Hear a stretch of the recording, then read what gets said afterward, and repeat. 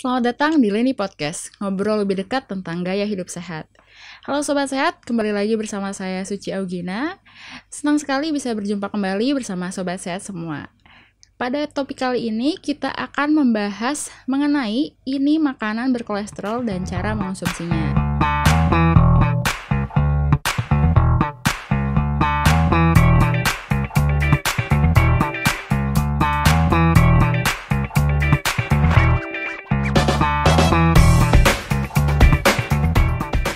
Telah hadir bersama kita saat ini narasumber yang pastinya sudah tidak asing lagi, yaitu Profesor Hardinsyah, MS, Guru Besar Ilmu Gizi, FEMA IPB University, Ketua Umum Asosiasi Institusi Pendidikan Tinggi Gizi Indonesia, dan juga Ketua Umum Perhimpunan Pakar Gizi dan Pangan, Pergizi Pangan Indonesia. Apa kabar Prof. Hardin? Kabar baik, Kak Suci. Kak Suci gimana? Alhamdulillah baik juga, Prof. Baik, ya. Nah, topik kemarin ini sudah membahas nih Prof tentang bahaya dari tingginya kolesterol dan juga tips untuk mencegahnya nih Prof. Nah kali ini kita akan spesifik ke makanannya langsung nih Prof. Oh makanya disiapin gini ya? Iya Prof. Nah Prof boleh dijelaskan Prof kebutuhan kolesterol individu seharinya Prof? Ya sebenarnya tubuh kita kebutuhannya tanpa dilihat dari mana asalnya sekitar 1000 mg ya. Per hari. Tapi tubuh kita ini kan memperoleh ada yang dari makanan, ada yang disintesa di dalam. Jadi kalau kita belajar gizi itu ada namanya zat gizi esensial, ada yang bisa dibentuk oleh tubuh, ada juga yang tidak bisa dibentuk. Yang tidak bisa dibentuk tubuh namanya gizi esensial ya dari luar. Nah kolesterolnya karena sebagian besar itu dibuat di dalam. Sebagian besar itu oleh hati ya, hampir 80%, 75-80%. Karena itu dengan angka kisaran 1000 sampai 1100 miligram per hari kebutuhan tadi, kalau 20%, bahkan ada juga penelitian sampai 25%, itu dari makanan yang diasup dari luar, maka itu kan kurang lebih sekitar 250 sampai 300 ya miligram. Nah, sisanya itu berarti kemampuan tubuh membentuk. Dari mana tubuh membentuknya? Ya, tubuh membentuk kan asam-asam lemak. Ya, termasuk nanti kelebihan kolesterol juga diproses juga jadi salah satunya di asam lemak juga. Itu oleh hati berarti sekitar 750 kemampuan hati kita secara normal bisa mensintesa. Ini untuk orang usia-usia remaja dewasa ya. Bahwa nanti makin tua makin menurun setelah lansia bisa jadi. Jadi itu kira-kira kebutuhan tadi, baik itu kita lihat secara total yang orang nggak tahu makan nggak makan itu hati membuat selagi ada asam lemak. Jadi dari padahal sudah ada dari dalam tubuh, namun juga perlu konsumsi dari luar lagi ya Prof. Bisa digunakan itu sekitar 20% dari. Nah, bagaimana sih Prof cara memenuhinya nih Prof dalam sehari? Nah, kalau nggak salah di episode yang lalu kita udah bicarakan makanan-makanan yang mengandung kolesterol itu pasti makanan-makanan yang berasal dari hewani bukan nabati. Ya, ini barangkali kenapa udah disiapin ya. Jadi ini dikeluarkan ini ya karena ini nabati. Ini juga tahu. Oke. Mau kita tunjukin ya. Ini atau saya tunjukin ke sini ya. Ini semua pangan hewani ya. Ada yang namanya dari depan saya mulai deh. Ini apa ini? Ikan. Ada ikan. Ada daging. Ikan lagi, ikan laut. Kalau tadi ikan emas, golden fish. Ada telur. Paha ayam. Ayam, bagian pahanya. Bagian paha ini lebih tinggi kolesterol dibanding bagian dada. Iya, makanya orang dari mancanegara sering mengekspor paha ayam kayak kita ya. Iya. Ini hati. Hatimu hatiku, hati ayam. Ada susu. Jadi semua ini ada kolesterolnya. Nggak masalah karena memang kita butuhkan seperti pada episode sebelumnya kita sampaikan. Jadi dari makanan inilah ya kolesterol secara langsung namanya dietary kolesterol. Jadi kolesterol makanan itu masuk ke tubuh kita. Kemudian dari ini kita makan tidak hanya kolesterol sana kan, ada lemak juga kan. Ada lemak jenuh, ada lemak yang tidak jenuh. Itu juga masuk ke dalam. Bahkan juga ini Dari makan-makan ini kan juga ada lemak nih ya. Meskipun kita makan tahu ada proteinnya banyak, lemak juga ada. Meskipun kita tadi makan kentang ada lemak sedikit. Makan tempe juga ada lemak juga. Jadi selain tadi yang dietary kolesterol, tubuh membuat kolesterol, terutama di hati melalui asam-asam lemak, melalui lemak-lemak tadi. Nah itu pemenuhan kebutuhannya. Jadi kalau orang kurang kolesterol berarti bisa jadi karena kurang asupannya, asam lemaknya kurang, kolesterolnya kurang, atau terjadi gangguan di dalam proses produksinya. Atau ya bisa saja efek dari pengaruh obat dan lain sebagainya. Tapi intinya ada dua sumber tadi, di tubuh kita sama dari luar. Dari luar ini. Nah, Prof, kan dari luar ini sekitar 200 hingga 300 mg ya, Prof, per harinya. Boleh ditunjukkan, Prof, kira-kira seberapa sih dari pangan-pangan ini? Ini tugas berat nih, tapi sebagai nutrisionis harus tahu nih. Kita mulai dari telur ya, dan ini sering di image, jangan banyak makan telur, kolesterol gitu ya. Jadi nggak perlu takut makan telur. Udah banyak penelitian bahkan meta-analisis. Makan 1 butir telur 1 hari ya buat orang yang bukan hiperkolesterol itu nggak ada masalah. Tidak meningkatkan risiko jantung koroner, tidak meningkatkan hiperkolesterol.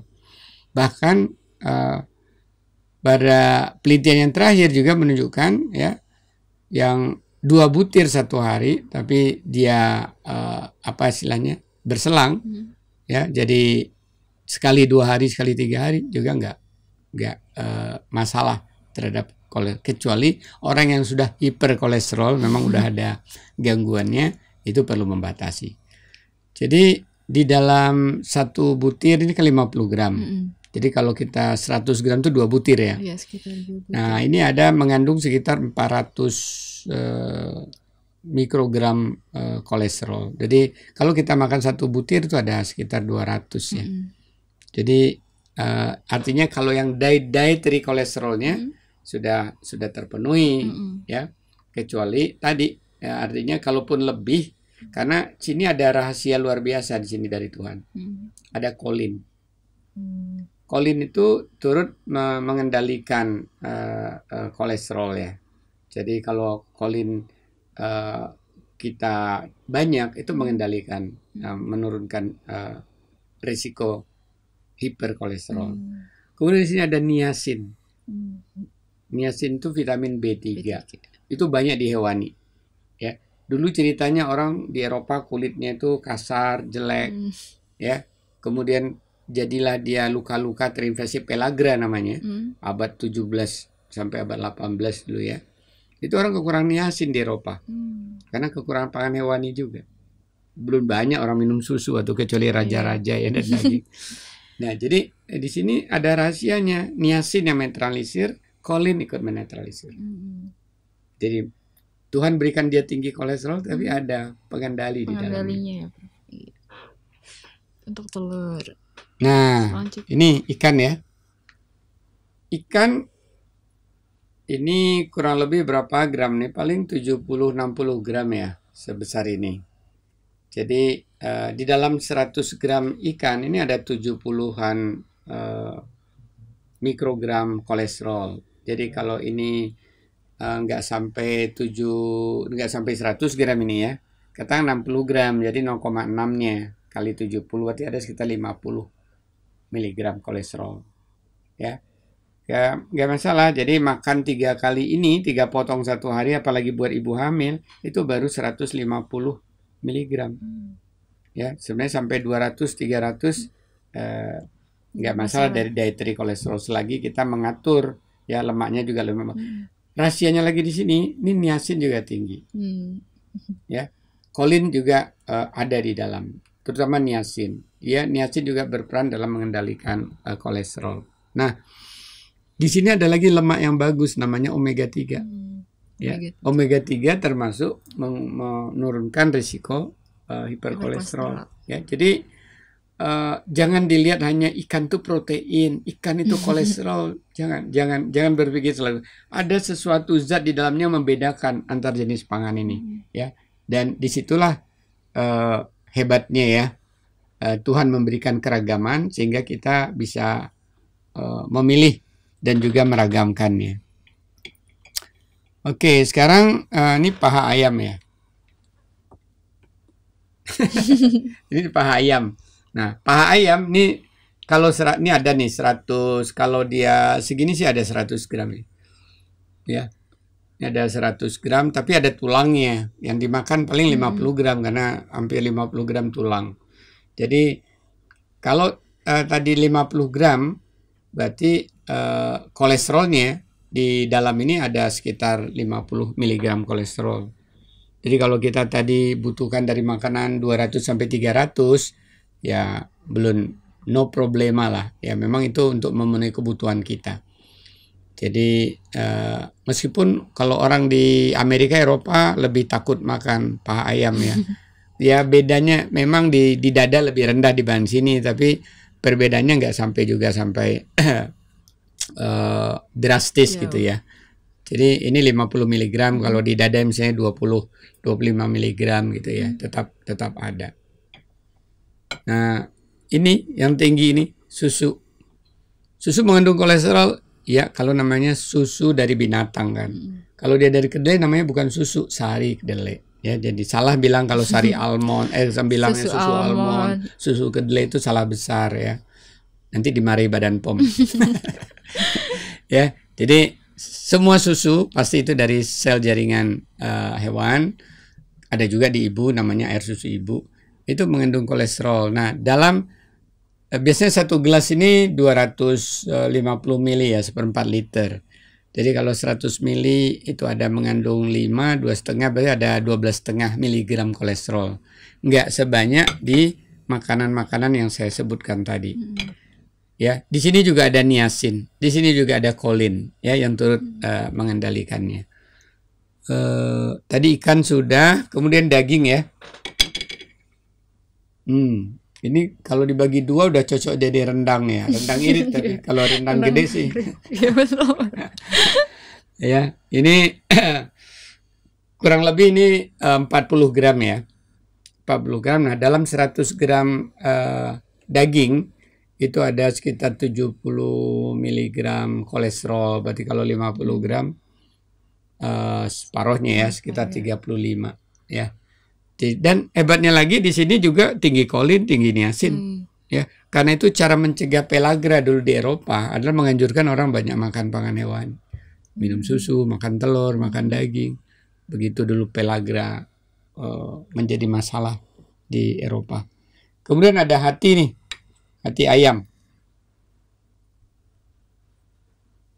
Satu hati ini paling 30 gram ya. 3 buah sekitar 1 kilo. Nah, di dalam hati ayam ini lumayan kolesterolnya nih ya. Sekitar 100 gram tapi ya. Kalau ini 30 gram ya dibagi 3-nya kurang lebih ada sekitar 100 mg.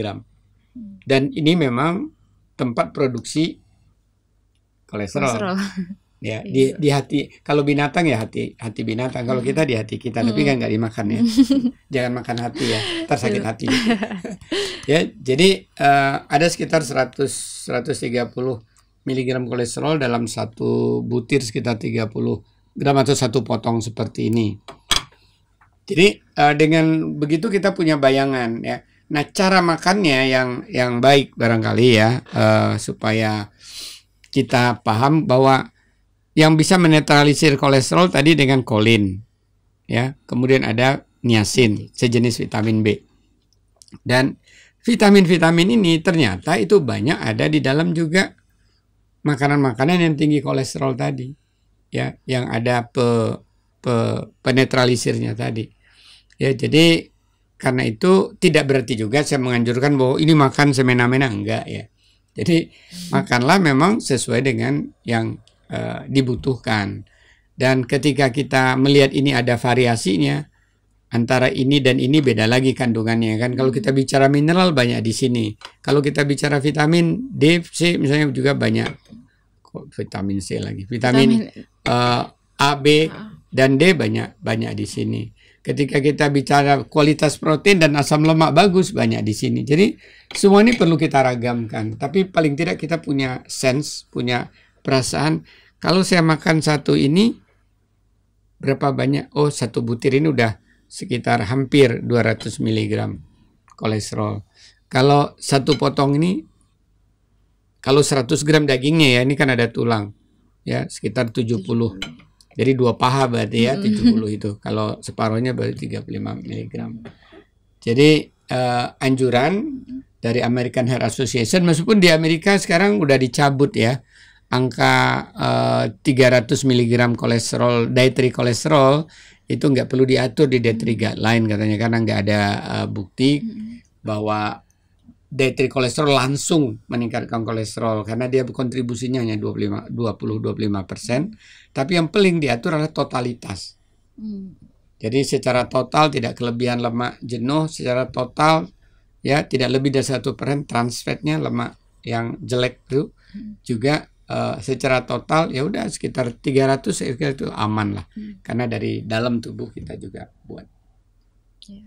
Jadi dari sini udah ada bayangan ya teman sehat, kira-kira berapa berapa kolesterolnya nih misalnya di satu butir telur atau ikan yang nanti teman sehat makan. Tapi jangan terlalu berlebihan juga ya Prof. Bagusnya di Indonesia ini kan seringkali ini masaknya terutama di Indonesia Timur ya tidak digoreng kan ya.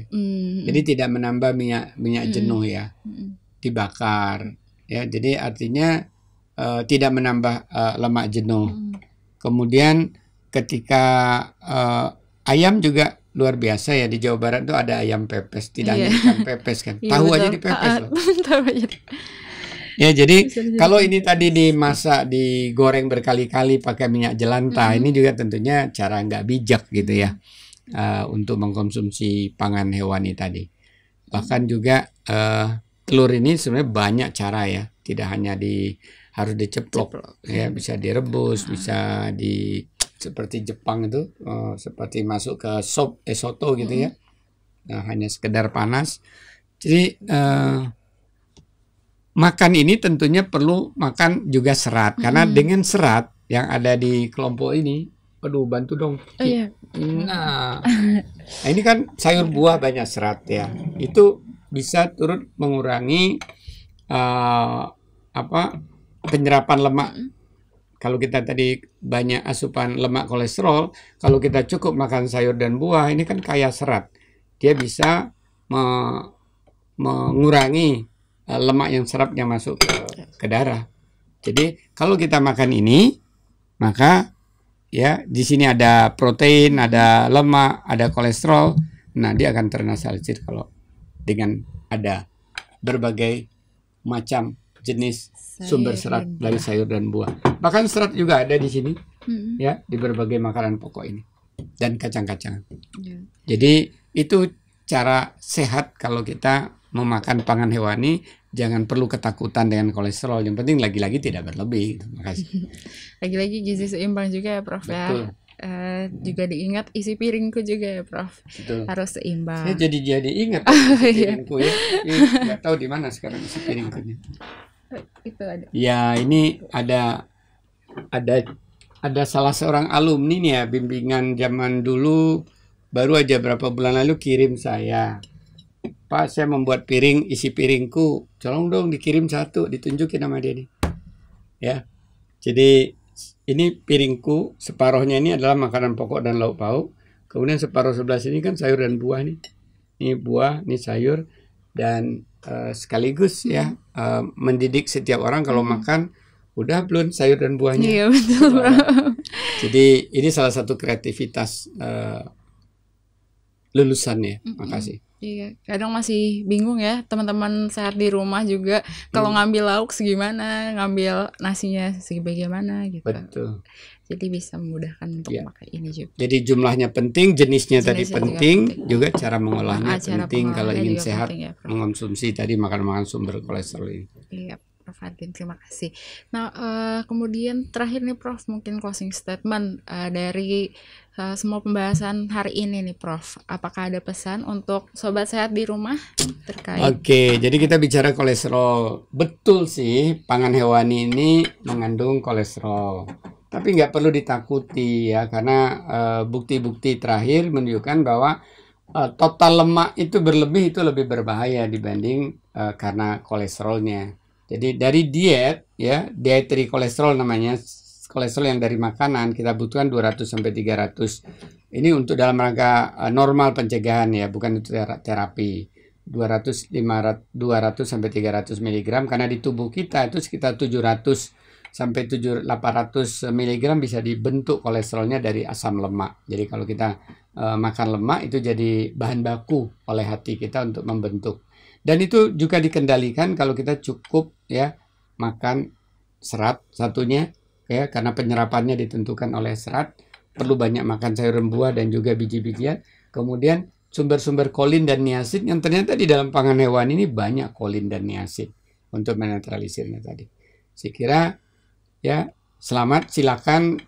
Memilih diet adalah hak dari masing-masing orang, tapi untuk hidup sehat pasti semua orang berpikir bagaimana caranya. Ada banyak cara menuju sehat. Salah satunya mengatur jenis, jumlah, bahkan waktu makan, di samping juga keragaman. Baik, terima kasih banyak Prof. Fadin atas sharing-sharingnya nih. Terutama udah ditunjukin nih bagaimana seberapa banyak nih kolesterol per bahan pangan. Terima kasih Prof. Fadin atas sharing ilmunya kali ini, sangat bermanfaat sekali nih bagi teman sehat juga dan juga saya sendiri.